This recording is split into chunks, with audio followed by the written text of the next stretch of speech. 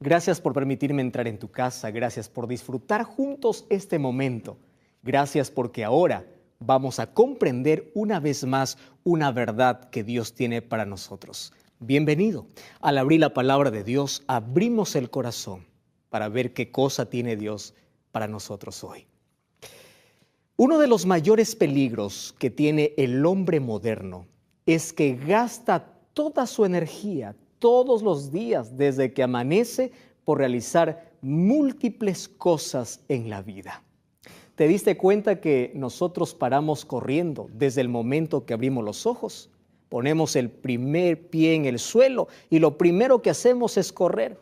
Y pasamos todo el día corriendo de un lado para otro. Corremos a comer, corremos al trabajo, corremos a las citas y nunca paramos de correr. Tanto así que nuestra energía se acaba, llega la noche, llegamos cansados y parece que hay poco tiempo para descansar porque al día siguiente hay que levantarse muy temprano y hay que seguir corriendo. No es novedad que nosotros vivimos en un mundo de alta velocidad y es más, a todos los seres humanos se nos mide por la capacidad de hacer más cosas. Si una empresa quiere contratar a algún trabajador, vamos a ver si es que esa persona puede realizar cosas cada vez más rápidas, porque para el mundo, mientras más rápido eres, es mucho mejor. No podemos negar que la velocidad nos ha traído grandes ventajas, pero ¿sabes tú cuál es la gran desventaja de todo eso? Es que hoy tenemos gente corriendo para todo lado, gente ocupada para todo lado, y mientras más ocupado estás, más preocupado caminas. ¡Qué interesante! Mientras más ocupado, más preocupado. Parece que mientras más gastas energía en esta vida y en lugar de hacer mayores cosas a mayor velocidad y más rápidas, la gente no tiene tiempo para descansar. ¿Y a qué se debe eso? Corremos de un lado para otro y cada vez parecemos que menos cosas hacemos en esta vida. Ahora, en nuestra carrera cotidiana y diaria, nosotros no tenemos tiempo para hacer una pausa. Porque hacer una pausa significa dejar de hacer algunas cosas. Sin embargo, nuestro cuerpo necesita pausas en el día.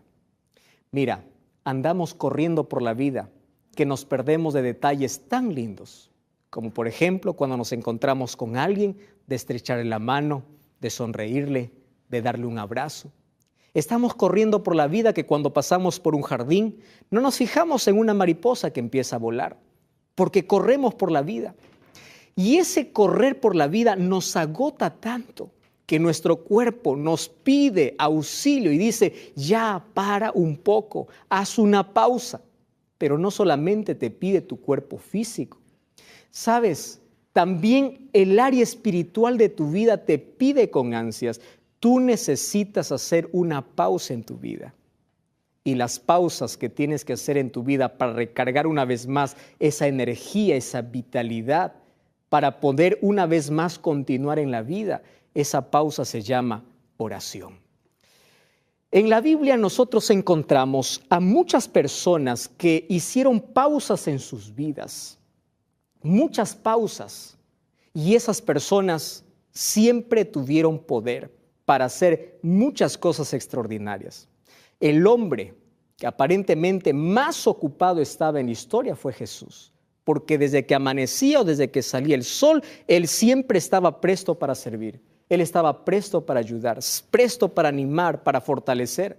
Pero la Biblia en el libro de Marcos 1:35 me dice que él todos los días hacía una pausa y esa pausa lo hacía al comenzar el día. Es decir, él no iniciaba un día sin antes haber tenido una comunión con el Padre, una relación con su Padre. Ahora yo me pregunto, si Jesús necesitó de esa pausa para su vida, ahora entiendo por qué tenía poder.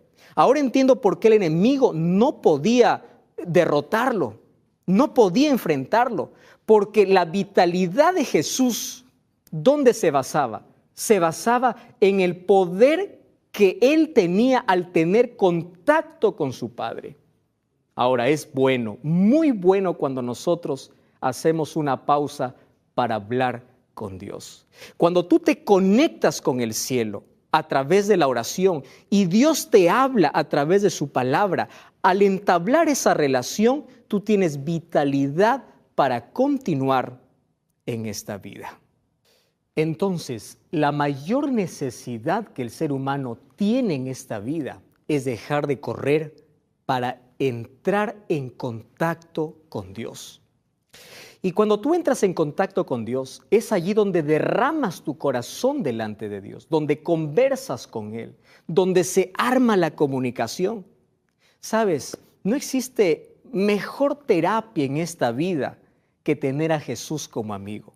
Cuando nosotros contamos nuestros problemas a otras personas, ellas también están cargadas. ¿Te has dado cuenta que hay más personas solitarias en esta vida?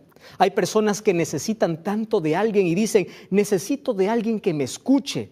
Pero ahí está Jesús para escucharte, pero tú prefieres otras personas y en lugar de que te ayude, tú también tienes que ayudarle a esa persona. ¿Por qué? Porque ella también quiere sacar todo aquello que tiene en el corazón.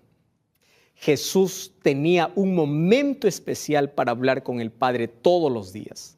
Y por más ocupado que esté, Él no andaba preocupado. ¿Sabes por qué? Porque su secreto estaba en la comunión, en la relación que tenía con el Padre. Ahora, es interesante que en la Biblia nosotros encontramos que la oración es más que tener un diálogo con Dios. La oración para el cristiano significa poder, vitalidad, fuerza, fortaleza. La oración es algo que tú no debes descuidar en tu diario vivir. Es por eso que en el libro de San Lucas, el capítulo 11, versículo 1, uno de los discípulos de Jesús se acercó a él y le dice así: Señor, quiero que me enseñes a orar, así también como Juan enseñó a sus discípulos. Hay muchas personas que dicen, wow, si la oración es una terapia, si yo quiero sacar todo lo que hay en el corazón, si para esto no hay un costo, entonces yo también quiero aprender a orar. Y hay muchas personas que han tomado de la oración un concepto totalmente equivocado. Hoy te voy a decir cómo orar y qué es la oración, porque sabes, el remedio para la preocupación se llama oración. Mientras más hayas orado, andarás menos preocupado en la vida. Así que presta mucha atención. ¿Qué cosa es la oración? Aquí el discípulo se acerca a Jesús y le dice, quiero que me enseñes a orar. Ahora, ¿cómo se ora? Si Jesús oraba, Él tenía la necesidad de orar. Yo también necesito orar, entonces quiero aprender a orar. Orar es la llave en la mano de la fe. Ojo con lo que te estoy diciendo. La oración es la llave, la mano es la fe. ¿Para qué me sirve la oración? ¿O qué es la oración? Con la oración yo puedo abrir todos los almacenes de bendiciones que existen en el cielo. Hay muchas bendiciones que Dios quiere darte, pero ¿tú sabes por qué aún no has recibido en tu vida? Porque tú todavía no has orado. Nada tenéis porque nada me habéis pedido, dijo Jesús en una ocasión a sus discípulos. ¿Qué más es la oración? La oración es abrir el corazón a Jesús y conversar con Él como un amigo. ¿Sabes? Cuando los amigos se encuentran, conversan de todo. Así también debe ser tu comunicación con Jesús. Cuando tú oras, solamente tienes que arrodillarte, o mientras viajas, o mientras haces tus cosas, y tus pensamientos están dirigidos a Dios. Esa es la oración, ese es un diálogo, una conversación. Allí cuéntale tus derrotas, tus fracasos, dile que es injusta la vida. Saca todo aquello que tienes dentro de ti. Tú no puedes estar cargando tantas cosas. Derrama eso delante de Dios. La oración va a sacar de tu mente todas aquellas preocupaciones porque te va a hacer fuerte y vas a empezar a ver a un Dios poderoso, un Dios milagroso, un Dios grande. Entonces, la oración no es una repetición de palabras, no. La oración es un diálogo con Dios, donde tú puedes conversar con Él como un amigo. Sí, así como conversas con tu mejor amigo, puedes contarle a Dios todo aquello que está en tu corazón. No es una repetición mecánica, no. Olvídate de aquellas cosas que te enseñaron. Ahora empieza a conversar. Es una comunicación abierta con Dios. ¿Qué cosa más es la oración? La oración es el aliento del alma y es el secreto de poder. Cuando hablo aliento del alma, hemos hablado que el alma necesita comer, el alma necesita beber, pero también el alma necesita respirar. Ahora yo te pregunto, ¿cuánto tiempo puede demorar una persona o vivir una persona sin respirar? Probablemente sin comer algunos días, sin tomar sed, o sin tomar agua también algunos días. Con la sed no puedes morir rápidamente, pero sin respirar tú no puedes vivir. Una persona entonces que no ora es una persona que camina en la vida pero está muerto por dentro, porque la oración es como la respiración. Cada paso, cada día, cada acción debe convertirse en una oración. Ahora tú entiendes por qué tantos fracasos, por qué tantas heridas, por qué tantas malas decisiones, por qué siempre en la ruina. Lo que te falta es orar más. Lo que te falta es, antes de tomar una grande decisión, mucha oración. Te librará de heridas, de fracasos y de tantas cosas que en esta vida tú puedes evitar. Orar entonces es el aliento del alma, es el secreto de poder. Hay otra cosa más que debes conocer acerca de la oración. Cuando tú oras, tú no estás informando a Dios, porque Dios conoce todo de ti. Él sabe. Tú no dices, oh Señor, yo te voy a contar que estoy pasando por una crisis. Dios conoce tu crisis. Ahora entonces, pastor, ¿por qué tengo que orar si Dios ya sabe? La oración tiene el objetivo de que tú aprendas a depender de Dios, de que aprendas a aceptar la voluntad de Dios. Y es más, cuando tú oras, entablas una comunión tan estrecha con Dios. Y esa comunión, ese fortalecimiento, esa relación con Dios como tu amigo, hace de que tú puedas ver las cosas de una manera diferente. Muchas veces después que oramos, las cosas no cambian. Las cosas siguen igual. Tú puedes orar por un trabajo y puede ser que al día siguiente tú sigas sin trabajo. Pero ¿sabes qué cosa ha cambiado dentro de ti? La manera como tú enfrentas la vida. Ahora ya no lo enfrentas con desesperación, porque sabes de que eso está en las manos de Dios. Si la oración no cambia las cosas, entonces termina siempre cambiándote el corazón. Eso es lo maravilloso de la oración. Ahora, si hay una cosa que el enemigo de Dios va a impedir, va a hacer todo lo posible en la vida para que no hagas, es para que tú no busques a Dios a través de la oración. Él odia que tú ores. Él te va a distraer, te va a poner muchas otras cosas. Y ojo con lo que te voy a decir. Va a hacer que tú puedas andar tan ocupado en la vida para que puedas seguir preocupado sin buscar una solución en Dios. A Él le encanta que tú no tengas esa comunión con Dios, porque si tú rompes esa comunión con Dios, estás perdido. Estás perdido en la vida. Ahora, la oración hace que los seres humanos podamos, más que tener un contacto, una comunión con Dios, la oración también tiene que ver mucho con nuestra salud física. Sí, mucho. Mira, las preocupaciones nos traen muchos problemas, pero mientras yo tenga más oración, tengo menos preocupación. Y si tengo menos preocupación, yo tengo menos problemas de salud, menos problemas físicos, menos problemas mentales. Entonces, por tu salud, ora. Por tu salud, ora. A partir de hoy, cambia cada preocupación por una oración. Si tú quieres estar en pie en la vida frente a las tormentas, a las dificultades, entonces tú tienes que orar más. De rodillas delante de Dios es la manera como uno se mantiene en pie en esta vida. Ahora, muchas veces a través de la oración ocurren cosas totalmente increíbles. Por ejemplo, por la oración, mujeres estériles han dado a luz un hijo. La oración ha hecho milagros extraordinarios, ha traído la vida de alguien que ya murió. Veo ese ejemplo en el Antiguo Testamento. La oración hace realmente cosas extraordinarias.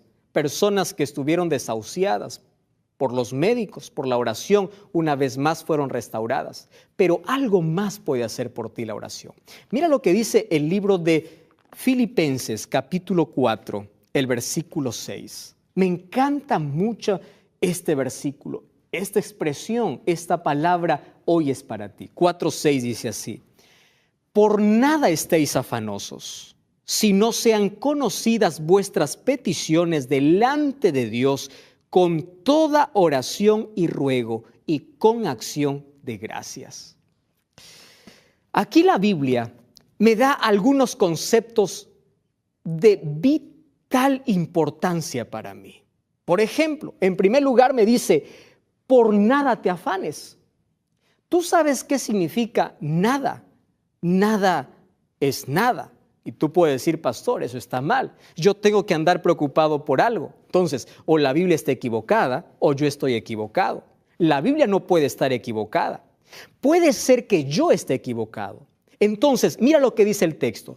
Tú no te vas a afanar por nada en la vida cuando tú oras. Es decir, en lugar de gastar energía preocupándote en esas noches de insomnio, en lugar de estar gastando tu vida preocupándote, empieza a gastar tu vida orando delante de Dios, porque cuando tú entregas tus problemas a Dios, tus preocupaciones a Dios, tus cargas cambian de hombro. Ahora ya no las cargas tú, ahora las dejas en las manos de Dios. Por nada estéis afanosos. A mí me encanta esta expresión, por nada. ¿Qué cosa es nada? Nada es absolutamente nada. La promesa de Dios es que si tú clamas a Él de todo corazón, Él siempre te va a responder. Jeremías 33:3 dice, clama a mí y yo te responderé. Yo te enseñaré cosas grandes y ocultas. Es allí cuando muchos me dicen, pastor, yo estoy orando a Dios, estoy pidiendo a Dios muchas cosas y parece que Dios no me responde. Querido, Dios siempre responde. Muchas veces Dios nos responde a través de su palabra. ¿Cómo quieres una respuesta de Dios cuando tienes la palabra de Dios cerrada? Cada vez que tú oras, busca también la respuesta que Él tiene para ti en su palabra. Muchas veces Dios te dice, sí. Otras veces Dios te dice, yo veo el futuro y yo tengo algo mejor. Así que no te voy a decir no, solo te voy a decir que tengo algo mejor para ti. Otras veces Dios usa esas situaciones difíciles para enseñarnos a depender, para enseñarnos a confiar, para enseñarnos grandes lecciones en la vida. Pero Dios siempre responde las oraciones. No hay un susurro, no hay una lágrima que haya caído de tus ojos. No hay una palabra que haya salido de tus labios que Dios no haya podido escuchar. Hay muchas personas que tienen mucho miedo, andan preocupados por esta vida. Consecuencia, tienen también deficiencia o tienen mala salud física. Deja de llorar y empieza a orar. Deja de preocuparte y empieza a orar. Tú sabes, el enemigo de Dios se deleita en hacer sufrir al ser humano. Sin embargo, hay 3 maneras de poder sacar al enemigo de nuestra vida y de nuestro alrededor. Algunas personas dicen, quiero que el enemigo se vaya. Pues bueno, aquí tienes tres maneras de poder ahuyentar al enemigo. ¿Sabes cuál es la primera? El enemigo no soporta 3 sonidos. El primer sonido es el sonido de la palabra de Dios. Cada vez que tú abres la Biblia y este sonido él escucha, él tiene mucho miedo, él tiembla, él va a correr, él va a huir. Hay un segundo sonido, es cuando tú adoras a Dios. Por eso te invito este sábado a la iglesia adventista. Anda, canta, anda, adora a Dios. La música tiene un poder extraordinario. Cuando cantas tú te reanimas y continúas adelante en la vida. La música te ayuda, pero hay un tercer ruido que el enemigo no soporta. ¿Sabes cuál es el tercer ruido? Cuando tus rodillas tocan el suelo. Es allí donde tu corazón empieza a tocar el cielo. Cuando tus manos se juntan para orar, es como si pusieses un cañón delante del enemigo. Es allí donde tú te pones en contacto con Dios. Y no hay nada mejor que hacer de Jesús nuestro amigo. No existe nada mejor en esta vida que ir en la noche a descansar en paz, tranquilos, sin preocupación, sabiendo que todo está en las manos de Dios. ¿Escuchaste el consejo de hoy? Por nada estéis afanosos. ¿Qué cosa te afana en esta vida? ¿Cuál es la preocupación que tienes en este momento? Deja eso en las manos de Dios. Hoy quiero desafiarte a no iniciar tu día sin antes haber orado, a no tomar una decisión sin antes haber orado, a no hacer nada en esta vida sin antes haber consultado con Dios. Te librarás de fracasos, te librarás de heridas, de decepciones, de tantos peligros.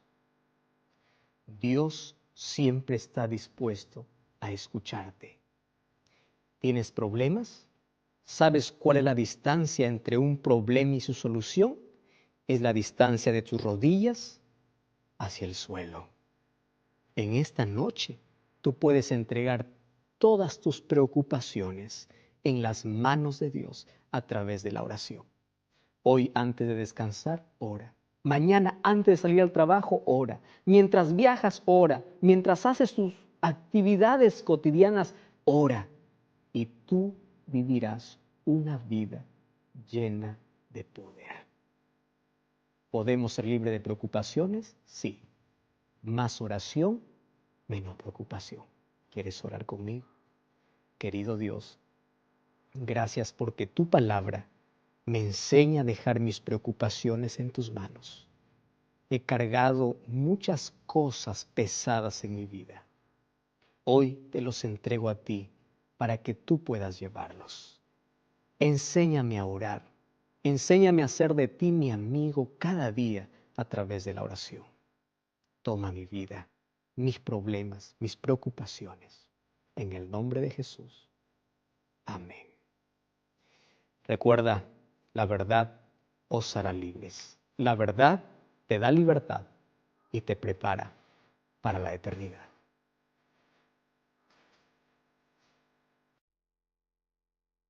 Hoy vamos a dividir nuestro estudio por lo menos en 3 partes. La primera parte vamos a hablar acerca del tiempo en el cual las 7 plagas van a caer.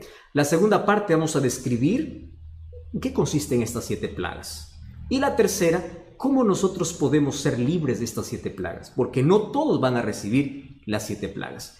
Cuando pueda describirte todo este contexto de en qué tiempo va a caer las 7 plagas, cómo van a ser las 7 plagas y cómo poder escapar las 7 plagas, tú ya no te vas a dejar impresionar por cualquier comentario que por allí veas, porque tú vas a saber relacionar perfectamente lo que acontece en la vida con la palabra de Dios, ¿correcto? Y para eso nosotros tenemos que hablar sobre cómo la Biblia ilumina nuestro camino en el sentido de que nos hace conocer el futuro. Préstame atención. Dios tiene un calendario divino. Parte de su calendario fue revelado con exactitud al ser humano, incluso con fechas exactas. Sin embargo, los acontecimientos finales, antes de la venida de Jesús, no tendrían ya una fecha exacta en cuestión de un año o un día. Pero sí, Jesús nos dejó señales, acontecimientos que ocurrirían antes de su segunda venida. Y ese es el calendario profético que nosotros tenemos que hoy conocer. ¿Correcto? Entonces, en esta primera parte, yo quiero hablarte de ese calendario divino. Primero, ¿por qué la gente siempre tiene miedo cuando nosotros hablamos acerca de las 7 plagas? 7 plagas, uno se estremece y dice, no, eso es mentira, eso es bíblico, eso es un tema bíblico. Y las 7 plagas hoy vamos a descubrir que tiene que ver incluso con el amor y la justicia de Dios. Pero ¿cómo unir la ira divina con el amor divino? Porque para muchos esto es un tema que le da un escalofrío, esto es un tema que dice, no, esto, por eso es que no leo Apocalipsis, porque ahí encuentro plagas. Espera un momento, vamos a entender en primer lugar por qué. En primer lugar, yo quiero que tú entiendas algo. Dios no tiene placer en el sufrimiento del ser humano. Lo que Dios quiere es acabar con el pecado. Y cuando la Biblia habla de 7 plagas, está hablando de la ira de Dios. Y esto puede parecer extraño. ¿Cómo que Dios tiene ira si Él es amor? ¿Cómo es posible? ¿Cómo poder entender las 7 plagas que describe Apocalipsis con el amor de Dios? Entonces, préstame atención. La ira divina en su plenitud está reservada solamente para un día donde Dios acabará con el pecado para siempre. Escúchame bien, Dios quiere acabar con el pecado, pero Dios ama hoy al pecador. El problema es que el pecador se aferra al pecado. Y como no hay manera de que éste deje el pecado, Dios, por terminar por completo con el pecado, tiene que acabar también con aquel que se aferra al pecado. Ahora, tú puedes decir, pastor, pero todos somos pecadores. Eso es verdad. El problema está cuando el ser humano rechaza la gracia divina y se aferra al pecado. Ahora, la ira divina está relacionada en sí con la santidad divina. ¿Por qué razón? Mira, Dios es tan santo, y su pureza es tal que contemplar el mal le produce ira.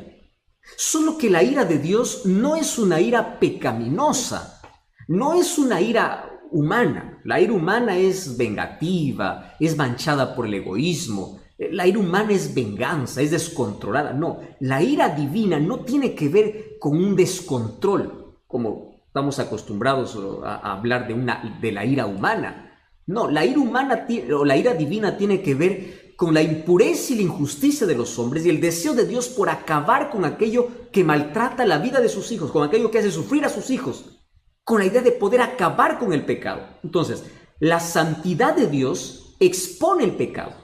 Y cuando lo expone el pecado, se opone al pecado. Esa oposición al pecado se llama la ira de Dios. ¿Correcto? Por eso es que la Biblia habla de 7 plagas. Ahora, préstame atención aquí. ¿Tú sabías que esta ira divina, que es la oposición al pecado, hace parte del amor de Dios? Tú puedes decir, pastor, ¿pero cómo? ¿Cómo que el amor tiene que ver con la ira divina? En el Antiguo Testamento ya vemos varias expresiones de la ira divina. Y de paso, esto es un término antropomórfico, ¿verdad? Es decir, el profeta o el escritor toma una reacción humana y lo coloca para Dios. Pero préstame atención porque ahora esto es interesante. ¿Cómo es que, qué relación tiene la ira de Dios con el amor de Dios? Te voy a hacer un ejemplo. Mira, vamos a imaginar que tú tienes una herida y te vas al médico y esa herida está infectada y el médico te dice, mira, tienes 2 opciones. O arrancamos o quebramos o sacamos el dedo o pierdes la mano. ¿Qué cosa es lo que prefieres? ¿Perder un dedo o perder la mano? Perder un dedo y tienes que hacerte una cirugía. Y esa cirugía significa tener que sacar algo con mucho dolor, algo que es tuyo. Eso es la ira divina. Dios, por preservar a aquellos fieles, Él tiene que sacar, tiene que retirar aquello que está podrido y no quiso sanarse. Y no quiso sanarse porque rechazó la medicina, porque ahí está el problema del ser humano. El problema del ser humano no es que es pecador, el problema del ser humano es que rechaza la medicina para su problema de pecado y la medicina para su problema es la gracia divina. Entonces, ¿qué cosa es lo que Dios tiene que hacer? Tiene que extirpar, tiene que sacar para poder preservar el resto. Entonces, el juicio, la justicia, la ira divina hace parte del amor de Dios. Ahora entiendes por qué entra incluso este asunto de las 7 plagas. Ahora, antes de cualquier juicio, Dios siempre advierte y Dios tiene tanta paciencia. Mira, 120 años antes que caiga el diluvio, Noé tuvo que construir arca. 120 años. ¡Wow! Eso es tremendo. Tanta oportunidad. Nínive tuvo oportunidad para arrepentirse. Y se arrepintió y el juicio de Dios fue retirado. ¿Recuerdas ahí el profeta Jonás cuando fue para allá? Entonces, en la historia de este mundo, no habrá ni una sola persona que tenga una excusa para decir, yo no supe. No. Todos tomarán una decisión. Todos formarán parte de un grupo. Préstame atención aquí. La indecisión ya es una decisión. Y finalmente, los juicios de Dios vendrán en la proporción de la rebeldía humana incluso. Y eso es lo que vamos a ver. Entonces yo quiero analizar de manera breve en qué momento van a caer las 7 plagas. ¿En qué momento? Para ver si esto tiene relación con el COVID-19. Y para ello tenemos que ver los eventos finales. El primer texto que quiero leer está en Mateo capítulo 24, versículo 14. Fíjate lo que dice Mateo 24, 14. Dice así: y será predicado el evangelio del reino en todo el mundo, para testimonio de todas las naciones, y entonces vendrá el fin. Quiere decir que la última señal para la venida de Jesús no es que acontece una catástrofe, una plaga. La plaga forma parte de los acontecimientos finales, pero la última señal para que llegue el fin es que el evangelio tiene que ser predicado. Quiere decir, la señal más importante tiene que ver con la predicación del evangelio. Quiere decir, en este momento se está cumpliendo una señal. ¿Por qué? Porque el evangelio está siendo predicado. ¿Entiendes? Dice, será predicado el evangelio, entonces vendrá el fin. Ahora, yo me puse a pensar en cómo Dios es tan bueno, incluso para poder acelerar algunas cosas. ¿Ya te diste cuenta que hoy todo el mundo está paralizado en casa y el evangelio llegó a cada rincón? Antes la gente decía, no tengo tiempo para poder escuchar un mensaje. Hoy todo el mundo tiene tiempo suficiente como para poder saber de que hay un evangelio que tiene que aceptar. En este tiempo de cuarentena, cientos de mensajes de personas llegaban diciendo, ahora estoy estudiando la Biblia, ahora tengo tiempo. Claro, es que a veces Dios necesita paralizar un poco nuestras actividades y de esta manera el evangelio está siendo proclamado. Quiere decir que cada día estamos más cerca de este fin. Entonces, la señal más importante tiene que ver con la predicación del evangelio. ¿Y qué evangelio tiene que predicarse? Muy bien, tiene que predicarse el evangelio de la verdad presente. ¿Qué cosa es el evangelio de la verdad presente? Vamos entonces a Apocalipsis. Apocalipsis capítulo 14. Ya estamos entrando aquí al tema importantísimo. Apocalipsis capítulo 14, versículo 6. Vi volar en medio del cielo otro ángel que tenía el evangelio eterno, para predicar a los moradores de la tierra, nación, tribu, lengua y pueblo, diciendo en alta voz, temed a Dios y dadle gloria, porque la hora de su juicio ha llegado. Adorad a aquel que hizo el cielo, la tierra, el mar y las fuentes de las aguas. El 8 dice, otro ángel le siguió diciendo, ha caído en Babilonia, la gran ciudad. Versículo 9. El tercer ángel le siguió diciendo, a gran voz, préstame atención, con mucha fuerza, si alguno adora a la bestia y a su imagen y recibe la marca en su frente o en su mano, él también beberá del vino de la ira de Dios. Por eso es que yo comencé hablando de la ira de Dios. El mensaje del tercer ángel es así, beberá del cáliz de su ira, será atormentado con fuego y azufre delante de los santos y del Cordero. ¡Wow! Mira, aquí el versículo 9 dice que aquel que adora a la bestia a su imagen y recibe la marca en su frente o en su mano, este beberá del vino de la ira de Dios. Este es el último mensaje, el mensaje para nuestro tiempo. Este mensaje tiene 3 partes. Primera parte, un llamado a la adoración al Dios verdadero. Número 2, anuncia la caída de Babilonia. Está hablando de una Babilonia espiritual que representa la confusión que hoy se vive en el mundo, especialmente en el área religiosa. Hoy hay tantos caminos que te dicen que te conducen a Dios, finalmente el ser humano está confundido, no sabe ni a dónde va. Y número 3 es una advertencia. Por favor, dice, no permitas que tu adoración pueda ser llevada a la bestia o a su imagen y no recibas su marca, porque si no, beberás de la ira de Dios. ¿Cuál es la ira de Dios? Las 7 plagas. Las 7 plagas. Ahora, préstame atención aquí. Mira lo que dice allí el capítulo 18, versículo 4. Oí otra voz del cielo que decía, salid de ella, pueblo mío, para que no seáis partícipes de sus pecados, ni recibáis parte de su plaga, es decir, de sus plagas.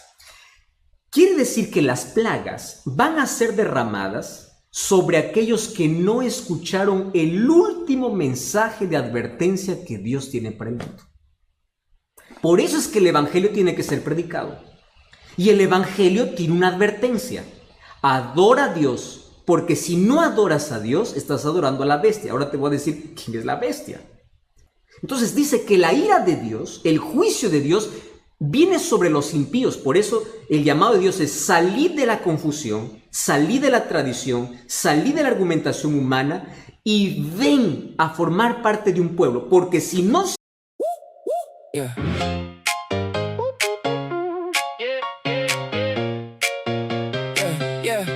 You keep my name in red on the fridge by the edge. Said be home by 10. I was out past the edge. You keep on my wrist, still rattles when I move.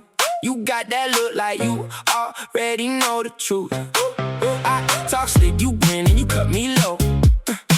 One phone, one text, and I lose control. Same old game, but I still come back. You got a way of making me tap. Say my name slow, like you mean it now. One more step close, and I fall right down. You said the trap, I run right in. I almost said it on the way back home, but the words got stuck in my throat. You looked at me like nothing was wrong, so I let it go. We laughed about some random thing, like we were slowly fading out. Funny how we both can feel it, but never talk it out. It's always easier pretending than watching something end. We keep the peace in silence, like it's a better friend. I almost said it, but I didn't. Now it's hanging in the air. We act like nothing's different, but it's everywhere. I almost said it.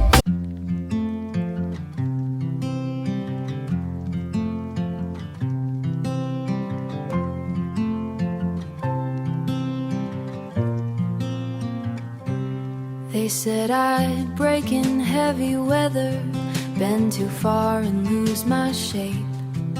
Carried storms I couldn't measure, wore the damage on my face. Tried to hide the cracks and fractures, like they made me less than whole.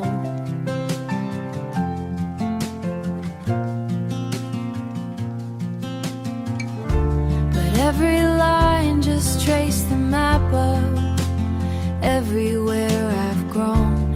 I was waiting for us.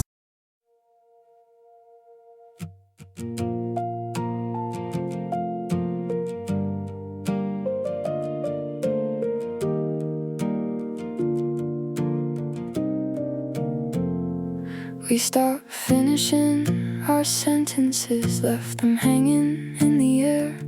Used to talk till morning came, now there's nothing there.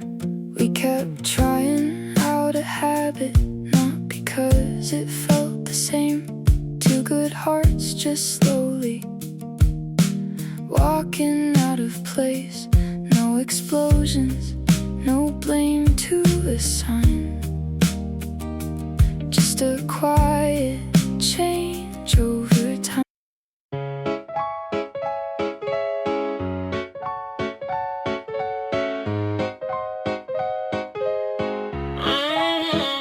I wake up tired before the day starts. Coffee cold, same loop, restart.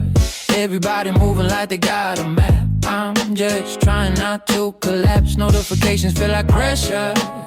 Even silence got weight now. Smiling just to look better while I'm falling through the crowd. They say you're doing fine, just keep it up. But they don't see what it costs. If this is what it takes to win, I think I'm already lost. I got a burnout halo, glowing under broken sleep.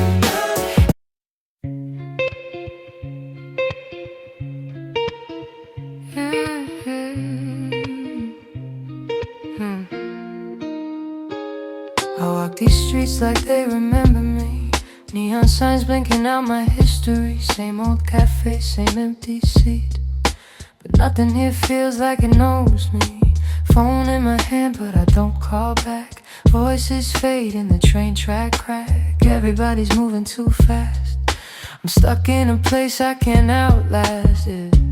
Every corner feels like deja vu, like I've been lost here way too long. Even the silence hums your tune, but I can't tell what went wrong. This city knows my name too well, but never asked.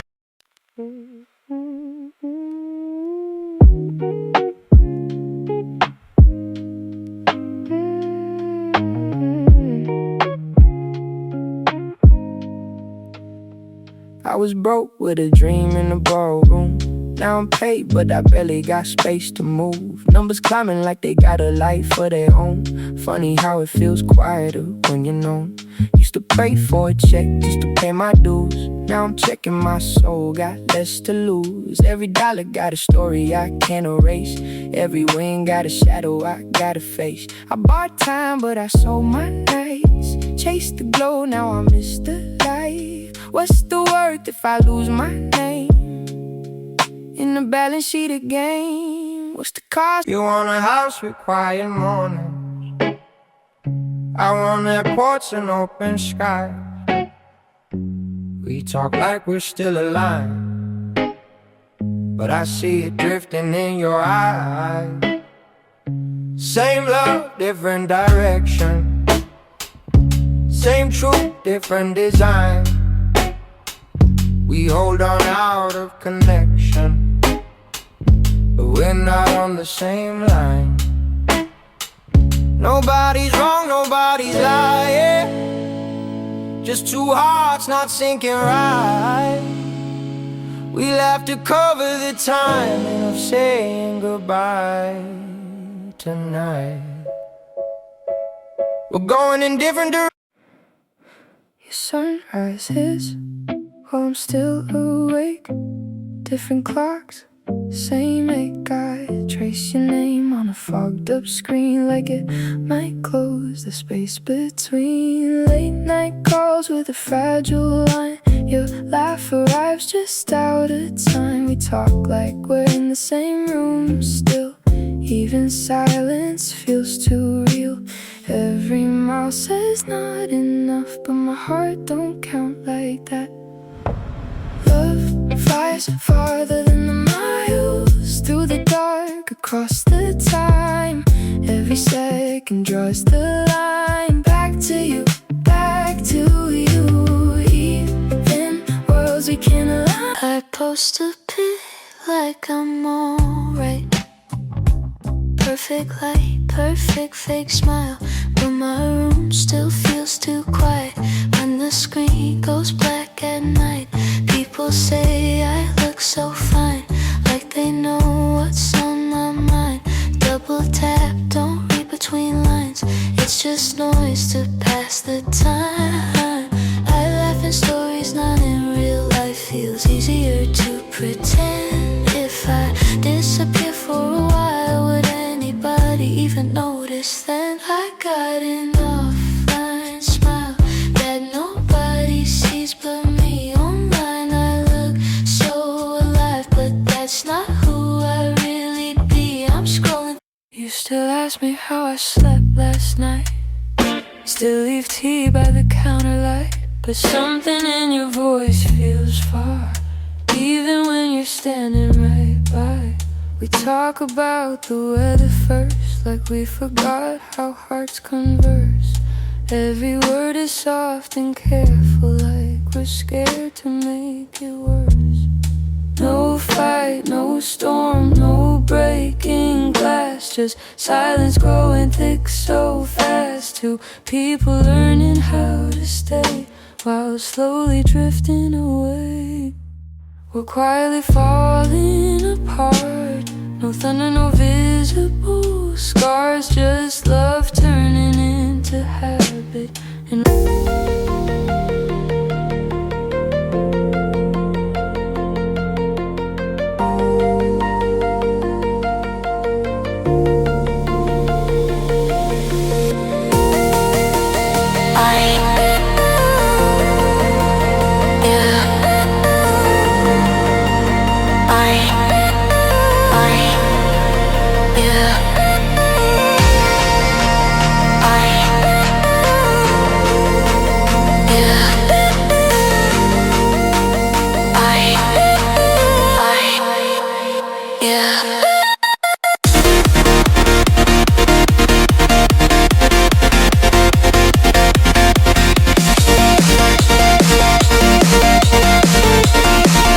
sales, si tú sigues viviendo en esa confusión, si rechazas el llamado de Dios, vas a formar parte de ese pueblo que recibe las 7 plagas.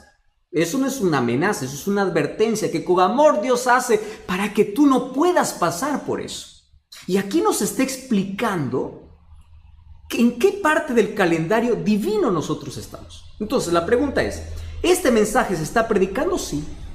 La pregunta es, ¿tu iglesia predica este mensaje? ¿Sobre el juicio? Ya te predicaron de que está un juicio realizándose en el cielo, porque ese es un mensaje para nuestros días, esa es la verdad presente, ese es el mensaje que se tiene que proclamar ante la venida de Jesús. Obviamente, el evangelio eterno es Cristo, pero Cristo, en su palabra, nos hace una invitación para salir de la confusión y poder caminar en la verdad. El evangelio es Jesús, pero Jesús no es un Jesús vacío, es un Jesús con contenido. Y ese contenido está en la palabra de Dios. Ahora, yo te dije que todo el mundo tiene que ser evangelizado. La pregunta es, ¿cuándo va a ser evangelizado? Muy buena pregunta. Apocalipsis capítulo 18. ¿Estás con Biblia ahí? Vamos a Apocalipsis capítulo 18. Versículo 4. Mira, qué importante. Versículo 1. Vi otro ángel descender del cielo con gran poder y la tierra fue alumbrada con su gloria. ¿Cómo la tierra va a ser alumbrada? Con un poder que viene del cielo. ¿Quién es ese poder que viene del cielo? O mejor, ¿quién es ese ángel? Es el Espíritu Santo. ¿Sabes qué cosa es lo que nosotros hoy estamos esperando? En la Biblia hay 2 términos que hoy lo conocemos como lluvia temprana y lluvia tardía. Los 2 momentos donde el Espíritu Santo actúa con gran poder, tanto así que impacta el mundo. Préstame atención. Hoy el Espíritu Santo está actuando, pero estamos esperando algo que se conoce en escatología, en eventos finales, como el fuerte clamor. Esto se puede llamar el segundo Pentecostés. ¿Recuerda lo que ocurrió en el primer Pentecostés, cuando el Espíritu Santo descendió sobre los discípulos?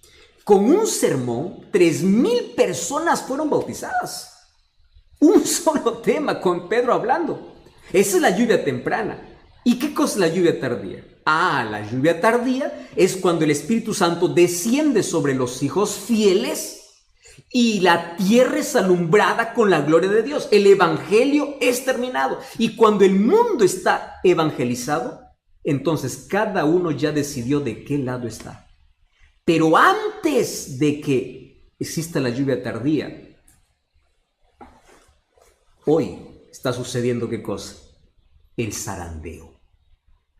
¿Qué cosa es el zarandeo? Si tú eres un agricultor, conoces muy bien la zaranda. Eso sirve para poder separar el trigo de la paja. Si estás del arroz, del vano, del arroz. No sé qué cosa es lo que tú conoces. Aquello que se separa la maleza de lo que es bueno. Eso es el zarandeo. La paja sale y el trigo se queda. Es la separación del trigo y la cizaña. Eso está ocurriendo hoy. Entonces, ¿qué cosa sucede? Hoy todos estamos lindos en una iglesia, ¿no? Nadie sabe quién es trigo y quién es cizaña. Pero por las dificultades de la vida, hay muchos que abandonan la fe. Y muchos sinceros que hoy están en Babilonia llegarán a formar parte del pueblo de Dios. Y muchos que hoy están formando parte del pueblo de Dios saldrán. Qué triste, ¿verdad? Por el zarandeo. Cada uno es sacudido. Por eso las pruebas de la vida, la dificultad de la vida, a veces sacuden nuestra fe, pero sigue firme. Sigue firme. ¿Y qué cosa va a ocurrir? Finalmente, cuando desciende el Espíritu Santo y ocurre ese fuerte clamor, entonces habrá un solo rebaño y un solo pastor. Todas las ovejas que según Juan 10:16 dice que estaban en otro redil, ahora forman parte de un solo redil.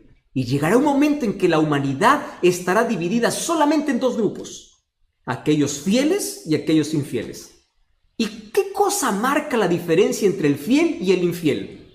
Un solo tema. Un solo tema. ¿Me estás entendiendo? Juana, Rodrigo, Julián, escúchame aquí. Un solo tema. Adoración. Porque la disputa en la Biblia, tú vas a ver, el conflicto de los siglos consiste en adoración. Dios tiene que ser adorado y el diablo quiere ser adorado. Ese es el problema. ¿Y cómo se va a definir el asunto de adoración? Apocalipsis llama sello de Dios y marca de la bestia. Por eso es que en Apocalipsis 18:4 dice: salid de la confusión para que no seáis marcados con la, voy a redundar, con la marca de la bestia. Entonces, ¿cuál es el antónimo, lo opuesto a la marca de la bestia? El sello de Dios, que narra el libro de Apocalipsis. Yo aquí te voy a hacer un breve resumen, pero tú puedes comprobar en la Biblia y tú puedes solicitar un curso bíblico para que profundices más esto. Mira, el sello de Dios en la vida del cristiano, según el libro de Efesios, es el Espíritu Santo. Somos sellados por el Espíritu. Pero Dios tiene un sello escatológico que tiene que ver con obediencia y con fidelidad. Abre tu Biblia. El libro de Isaías 8:16 dice: sella mi ley entre mis discípulos. Es decir, la ley de Dios es considerado un sello. Isaías 8:16. ¿Me entiendes? Ahora, el libro de Apocalipsis capítulo 12, versículo 17 dice que el diablo está enfurecido no con todos los que dicen adorar a Dios. Apocalipsis 12:17 dice que el dragón está enfurecido con aquellos que guardan los mandamientos de Dios. ¿Por qué tiene tanta furia con aquellos que guardan los mandamientos de Dios? Porque sabe que no los podrá marcar. Estás comprendiendo que este es un asunto muy serio. Entonces, la señal distintiva en el tiempo del fin, cuando habrán dos grupos sobre esta tierra, tiene que ver con la ley de Dios. ¿Por qué razón? Porque la ley es el reflejo del carácter de Dios. El carácter de Dios tiene que reflejarse en la vida del ser humano. ¿Cómo se refleja? A través de su ley. Romanos 7:12 dice: la ley de Dios es justa, buena y santa. Carácter de Dios. Dios es justo, bueno y santo. Entonces aquí hay que separar, ¿verdad? Algunos que dicen: no, la ley fue para el judío. Es que están confundiendo leyes ceremoniales que tuvieron su cumplimiento en la cruz y la ley de Dios, que es eterna.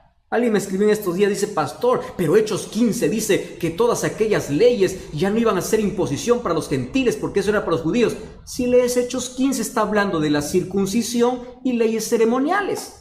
Pero eso no tiene nada que ver con la ley de Dios. Pero el libro de Colosenses dice que la ley de decretos fue abolida. La ley de decretos fueron leyes ceremoniales, pero no la ley de Dios.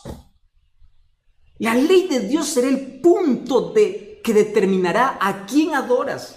Y específicamente dentro de la ley de Dios, mira, Ezequiel capítulo 20. Solamente un texto te voy a dar. Ezequiel capítulo 20, versículo 12. Mira lo que dice Ezequiel 20:12. Les di mis días sábados para que fuesen por señal entre mí y ellos, para que supiesen que yo soy Jehová. Versículo 20, ¿qué cosa dice? Santificad mis sábados para que sean por señal entre mí y vosotros. ¡Wow! ¿Eso qué cosa significa? El sello de Dios tiene que ver con la ley de Dios y tiene que ver específicamente con el sábado. ¿Y qué cosa es la marca de la bestia entonces? Es el día que un poder colocó en lugar de la ley o de la ley de Dios o del sello de Dios. Esto no es un capricho adventista como algunos por allí dicen.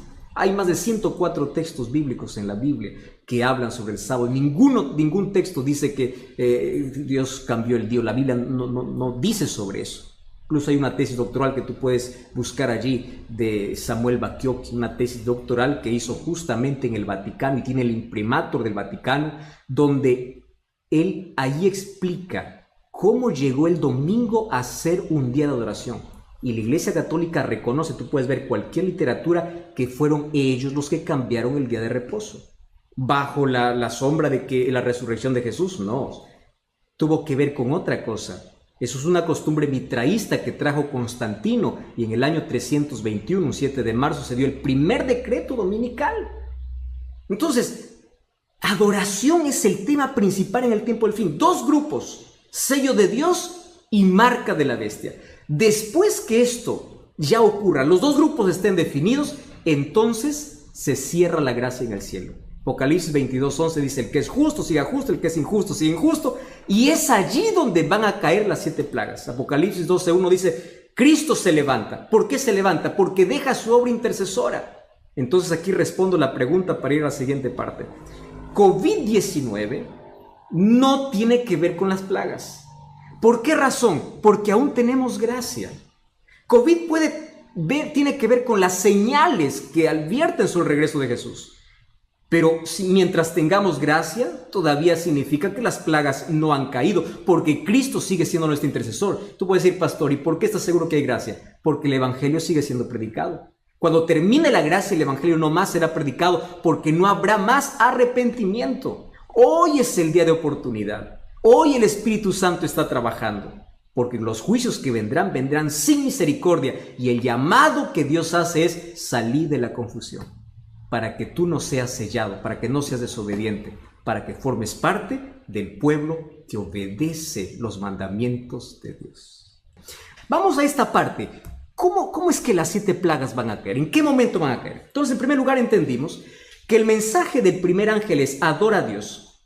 Y el tercer ángel dice, sal de Babilonia, porque si no sales, vas a recibir las plagas. ¿Cuándo van a caer las plagas? Vamos a Apocalipsis capítulo 15. Vamos a hacer aquí un breve resumen, ¿correcto? Apocalipsis capítulo 15. Vamos a leer el versículo 8. Dice, el templo se llenó de humo por la gloria de Dios y su poder. Nadie podía entrar en el templo hasta que se hubiesen cumplido las 7 plagas. ¿De qué templo está hablando? El santuario celestial. Hoy Cristo es nuestro intercesor. Hoy es nuestro abogado.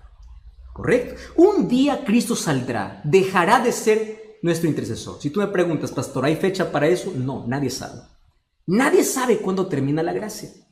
El asunto es que cuando termina la gracia, Cristo deja de ser nuestro intercesor, comienzan a caer las 7 plagas.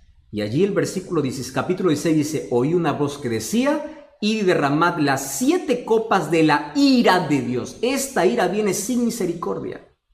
En el capítulo 5, versículo 8 dice que los ángeles tienen incienso, copas de incienso en su mano, que representan la oración de los santos. Pero aquí tienen 7 copas de la ira de Dios. Cuando dice que el santuario se llena de humo, quiere decir que Cristo sale y dice, consumado es. Se acabó la oportunidad. Se cerró la gracia. Ese término, fin del tiempo, la gracia, no está específicamente en la Biblia descrito tal cual. Sin embargo, el concepto está. Mira, antes del diluvio, según el libro de Génesis 7:16, Dios cerró la puerta. Antes incluso que caiga el diluvio, fue Dios quien cerró la puerta. En la parábola de las 10 vírgenes de Mateo capítulo 25, dice que el novio cerró la puerta mientras las que no estaban preparadas fueron a comprar aceite. Quiere decir que aquellos que no tienen el Espíritu Santo y no tienen el carácter de Dios que es reflejado en su ley en la vida, no formarán parte del pueblo de Dios.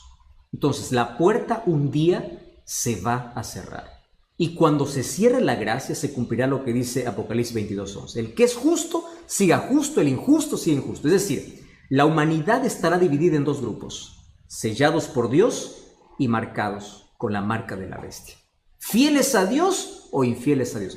Mira, querido, ahí se acabó las placas de las iglesias. No más, 2 grupos definidos, totalmente. Entonces, así como plagas cayeron en Egipto antes de que el pueblo de Israel sea libertado, antes de la liberación final de nuestra historia caerán plagas sobre la tierra. Voy a responder aquí algunas preguntas. Por ejemplo, ¿las plagas eran simbólicas o literales? Apocalipsis es un libro que está lleno de simbolismo, de simbólico, pero también hay textos que se entretejen entre lo simbólico y literal. Un ejemplo claro es Apocalipsis 12. La mujer representa a la iglesia, pero el hijo representa al Mesías. ¿Viste cómo se entreteje entre lo simbólico y lo literal? Las plagas, ¿cómo saber si son simbólicos o literales? De manera simple. Todos los juicios de Dios fueron literales. Entonces, si todos los juicios de Dios desde el Antiguo Testamento fueron literales, los juicios de Dios en el fin de la historia también serán literales, aun cuando se escondan bajo símbolos. ¿Correcto? Por eso es que sabemos que las plagas van a ser literales. Otra cosa. Las plagas no serán universales, caerán por ciertos lugares. Quiere decir que ni todos los impíos van a recibir todas las plagas. Ahora te explico por qué. Porque según el libro de Lucas capítulo 12, versículo 47, incluso dice que el castigo será gradual.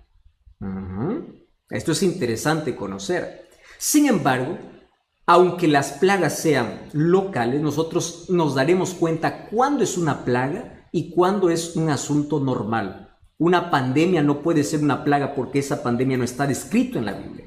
La Biblia describe cómo serán las plagas. Y otro detalle, las plagas serán secuenciales, una detrás la otra. Es decir, cuando las plagas caigan sobre la tierra, no habrá más gracia en el cielo, no habrá más oportunidad. ¿Y qué cosa sucederá? El Espíritu Santo se retira de la tierra. Acompañará a los hijos de Dios. Quiere decir, el Espíritu Santo queda con los hijos de Dios, pero nunca más estará llamando a los corazones. Quiere decir que cuando se cierre la gracia, nadie más podrá arrepentirse. Cuando leamos ahorita las plagas, veremos que las personas no se arrepienten, claro, porque no hay Espíritu Santo que les convence. Vamos a la primera plaga, 16:2. El primer ángel derramó su copa, dice, sobre la tierra, y hubo una úlcera maligna y pestilente.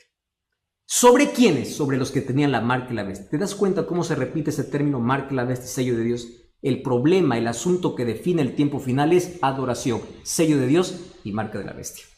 Úlceras malignas, estos son llagas vivas. La palabra griega que se usa aquí es la palabra elkos, que significa una llaga abierta. No habrá medicina para esta enfermedad. Los hijos de Dios no experimentarán eso. Solamente aquellos que tienen la marca de la bestia. Versículo 3. Segundo ángel derramó su copa sobre el mar, se convirtió este en sangre. ¿Recuerda las plagas que cayeron sobre Egipto? Hay algunas que son muy parecidas a las que ocurrirán aquí. Ahora los océanos serán transformados en sangre. No todos los océanos, sino la tierra se vería comprometida. Pero varios océanos se convertirán en sangre. Mira el versículo 4. El tercer ángel derramó la copa sobre los ríos y las fuentes de las aguas y se convirtieron en sangre. Y el ángel decía, justo eres, Señor, les has dado sangre a beber. ¿Por qué? Porque ellos han matado a tus santos, a los profetas, y ahora están bebiendo sangre. Tanta sangre inocente que es derramada de cristianos sinceros. Ahora los impíos beben sangre. No hay fuente de agua limpia. ¿Recuerdas que cuando cayeron las plagas sobre Egipto, solamente los israelitas tenían agua fresca y pura, mientras que los egipcios no tenían cómo beber? Porque el agua estaba sangre. Aquí nuevamente va a ocurrir esto como parte de las 7 plagas. Esta es la tercera plaga. Mira la cuarta plaga, versículo 8. El cuarto ángel derramó su copa sobre el sol y se le fue dado a quemar a los hombres con fuego. El sol es bueno, ¿verdad? Nos da calor, nos da vida, es fundamental. Pero aquí el sol tiene orden para poder quemar. No sabemos cuál será la intensidad de ese calor. Sin embargo, fíjate lo que dice el versículo 29. Los hombres se quemaron con el calor y blasfemaron el nombre de Dios, que tiene poder sobre estas plagas, pero no se arrepintieron. ¿Por qué no se arrepintieron? Porque no hay oportunidad, no hay Espíritu Santo que les convenza.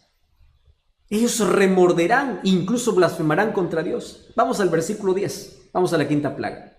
El quinto ángel derramó su copa sobre el trono de la bestia.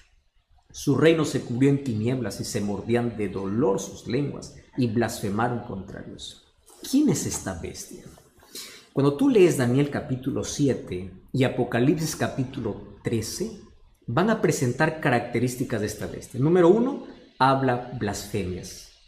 Quiere ocupar el lugar de Dios. Se cree un Dios aquí en la tierra. El apóstol Pablo lo llama de anticristo. Y Apocalipsis 3 y Daniel 9 dice que persigue a los santos. Y también dice que cambia la ley. Entonces, ¿quién es esta bestia? Hay un solo poder en toda la historia que ha hecho esas 3 cosas. Ha perseguido, ¿recuerda la Santa Inquisición? ¿Recuerdas el poder papal que persiguió por 1260 años? Eso está en la historia.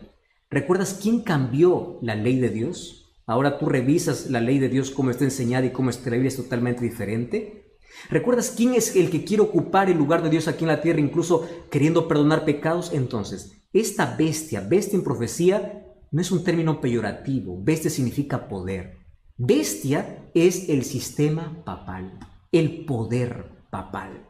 ¿Correcto? Entonces, dice que esta plaga llega justo a su trono. ¿Qué significa? Se llena de tinieblas. ¿Recuerdas que esta fue la 9ª plaga para los egipcios? Se llena de tinieblas, es decir, la sede del engaño. Se llena de tinieblas. El terreno de la mentira aquí sufre un juicio. Y esas tinieblas le humillan ante los habitantes de la tierra. Entonces todos se dan cuenta de que este poder no tiene respaldo de Dios, porque ahora está recibiendo ¿qué cosa? Una plaga. Y allí prepara para la otra plaga. Mira el versículo 12. El sexto ángel derramó su copa sobre el río Éufrates y el agua se secó para que estuviese preparado el camino a los reyes del oriente. Esto es simbólico. ¿Qué significa agua? Según el libro de Apocalipsis capítulo 17 versículo 15 significa gente, multitudes. Solo que me llama la atención aquí la mención del río Éufrates. El Éufrates quedaba en Babilonia, el imperio babilónico, cruzaba por en medio de la ciudad. Ahora, ¿qué cosa sucede? Cuando Ciro conquistó a Babilonia en octubre allí del año 539, él secó el río Éufrates y entró para poder conquistar a Babilonia. ¿Y sabes qué cosa es lo que me llama la atención? Que cada vez que menciona la Biblia que se seca las aguas, significa que la liberación está cerca. Mira, ve. Las aguas del Jordán se secaron para que el pueblo de Israel pueda tomar posesión de la tierra prometida. Cuando Ciro desvió el río Éufrates y llegó para Babilonia, él dio una orden para que ellos puedan volver a su tierra. Quiere decir, secarse el agua en profecía tiene que ver con prepárate porque estás llegando a tu verdadera tierra. La mención Reyes del Oriente hace referencia a Jesucristo mismo. Entonces, ¿qué significa esta plaga? Esta plaga significa toda la gente que estaba apoyando a la bestia, a ese poder político religioso, todos esos empiezan a abandonarle, se secan las aguas, la gente lo abandona porque se da cuenta que no tiene respaldo divino. Y es allí donde ocurre una triple alianza y esto me llama la atención. Mira lo que dice, vi salir de la boca del dragón y de la bestia y del falso profeta 3 espíritus inmundos a manera de ranas, que son espíritus de demonios, que hacen señales. Claro, como ya se sienten solos, empiezan a hacer señales. Wow, esto es interesante. Aquí hay una alianza diabólica. Y dice que todo esto se prepara para la última batalla, que es la batalla del Armagedón. De paso, la batalla del Armagedón no es un conflicto bélico con armas, es un conflicto espiritual. ¿Y por qué dice que tiene 3 espíritus a manera de ranas? Resulta que las ranas en las plagas para Egipto fue la última señal que los magos pudieron hacer. Las ranas significa falsificación. Satanás siempre quiso falsificar los planes de Dios. Préstame atención. Dios tiene un trono en Apocalipsis 4. Satanás tiene un trono con la bestia en Apocalipsis 16. Mira, en la Biblia Miguel significa semejante a Dios. Apocalipsis 13:4, la bestia dice que es semejante a la bestia. Él siempre falsifica. Dios tiene un sello, el diablo tiene una marca. Dios tiene 3 ángeles anunciando al mundo y Satanás tiene 3 espíritus inmundos. Y esos 3 espíritus inmundos que se unen allí al dragón, a la bestia y el falso profeta, el dragón es Satanás, la bestia es el poder, el sistema romano, papal. Y el falso profeta es el protestantismo que se alejó de la palabra de Dios. Ellos hacen señales, ¿mediante qué? El espiritismo. Aquí está unido el espiritismo, catolicismo romano y el protestantismo apóstata, que van en contra de Dios para poder hacer la última batalla. Ese último engaño incluso dice que hace señales del cielo y Satanás incluso aquí falsificará la venida de Jesús. Por eso Jesús nos advirtió en Mateo 24, cuando digan que Jesús ya vino, no lo creáis, dice, porque Satanás incluso falsificará. Entonces el último conflicto tiene que ver con una batalla espiritual. Así como Elías desafió al pueblo allá en el monte Carmelo, de allí viene, dice, el monte Megiddo, Armagedón. Es un conflicto espiritual porque hay 2 grupos ya decididos en este último tiempo, aquellos que tienen la verdad y aquellos que tienen la victoria con Jesús. ¿Cuál es la última plaga entonces? La última plaga es la venida de Cristo. Mira, allí tú puedes leer el capítulo 16, cuando dice, versículo 17, el séptimo ángel derramó su copa en el aire, salió una gran voz del cielo diciendo, hecho está. Hubo relámpagos, truenos, temblor, terremoto, que no hubo jamás. La naturaleza enloquece. La gente corre desesperada, no sabe qué cosa es lo que va a suceder. La última parte es cómo yo puedo librarme de todas esas plagas. Y aquí yo tengo una invitación para hacerte. Mira, el libro de Isaías, capítulo 33, versículo 16, Dios tiene una promesa para nosotros. Isaías, capítulo 33, versículo 16, dice: Este habitará en las alturas, fortaleza de roca será su lugar de refugio, se le dará su pan y sus aguas serán seguras. Las plagas no caerán sobre los hijos de Dios. Salmo 91 dice: Aquel que habita bajo el abrigo del Altísimo morará bajo la sombra del Omnipotente. Salmo 121 dice: El sol no te quemará de día, no te fastidiará. Sabes, hay tantas promesas para aquellos que aman a Jesús. Y el llamado de Dios es: sal de Babilonia, sal de la confusión. Sabes que hoy hay más de 34,000 religiones en el mundo. Todas ellas dicen tener la verdad. ¿Cómo saber cuál es la verdad? Abre la Biblia. Quiero que sepas una cosa: la placa de una iglesia no salva. Quien te salva es Cristo. Pero por favor, quiero que entiendas que Cristo tiene un pueblo que levantó en esta tierra, que tiene como base la verdad. Es un pueblo profético. Dios levantó. Busca una iglesia no con miembros perfectos, que tenga la palabra de Dios como fundamento, como base de todas sus doctrinas. El pueblo que guarde los mandamientos de Dios, que no esté hablando en contra de la ley de Dios, porque la ley de Dios es el reflejo del carácter de Dios. Y tú sabes que las iglesias que se abren, la verdad es una tristeza. Hace un tiempo leí un anuncio: se vende iglesia con miembros. Es un negocio. Gente que por allí está solamente adorando sentimientos, gente que solamente está contentando, está haciendo shows, no está predicando la Biblia. Y el llamado del Espíritu es: sal de allí. ¿Sal de qué? Sal de la confusión. Iglesias que solamente están todo el día proclamando curación y milagros. ¿Dónde están esos milagros hoy que tanto se proclaman? ¿Por qué no están ahora haciendo esos milagros en los hospitales de gente que está muriendo con COVID-19?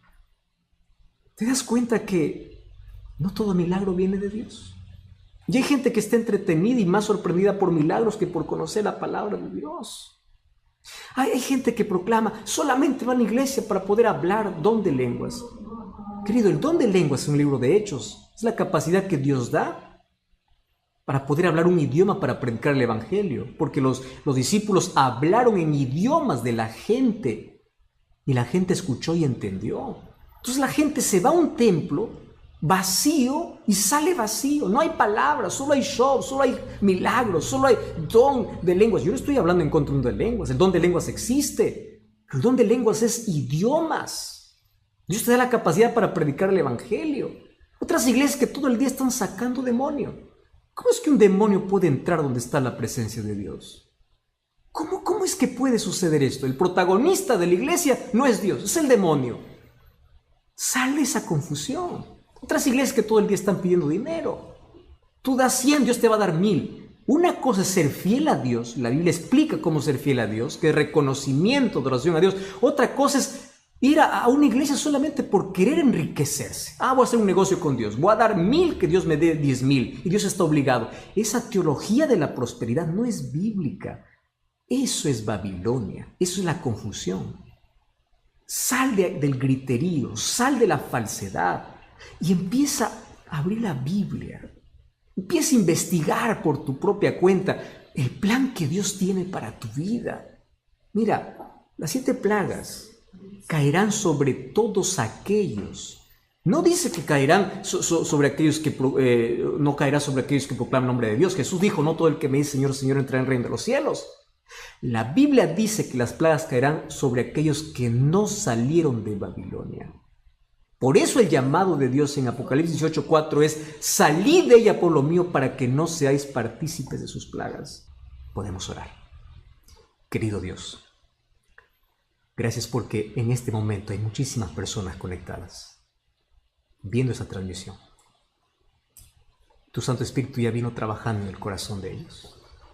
Conoce sus luchas y dificultades, más también el deseo que ellos tienen de poder servirte.